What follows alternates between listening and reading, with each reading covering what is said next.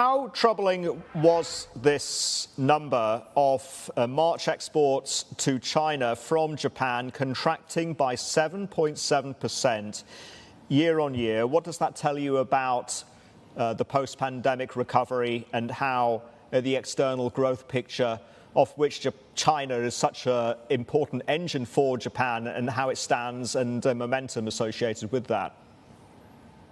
This is certainly one of the biggest concerns. The Chinese government, Chinese companies and Japanese companies are working very hard to sort out the recovery and the reshuffling, the readjustment in the Chinese economy. So far, exports are doing not well towards China. They have been basically balancing. What we are seeing is in the larger supply chains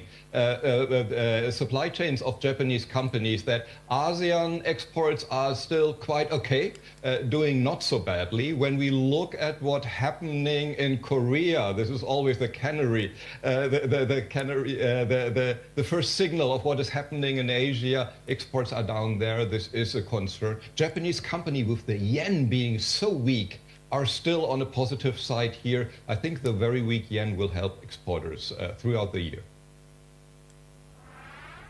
And talking of the very weak yen, I mean, it's been a bit of a two-way street, hasn't it, for dollar yen so far this year? Beginning of the year is at 131, it's now around 134. We did get as high as 137 in early March. Where does the yen go over the remainder of the year, Martin? The big question, of course. Last year, it was a real scare. The Bank of Japan was under so much pressure from everybody, including from us, from industry, because the yen got so very, very weak. The Bank of Japan was betting on that inflation will actually be transitory, and they were the only ones holding the course. This bet is paying dividends domestically now.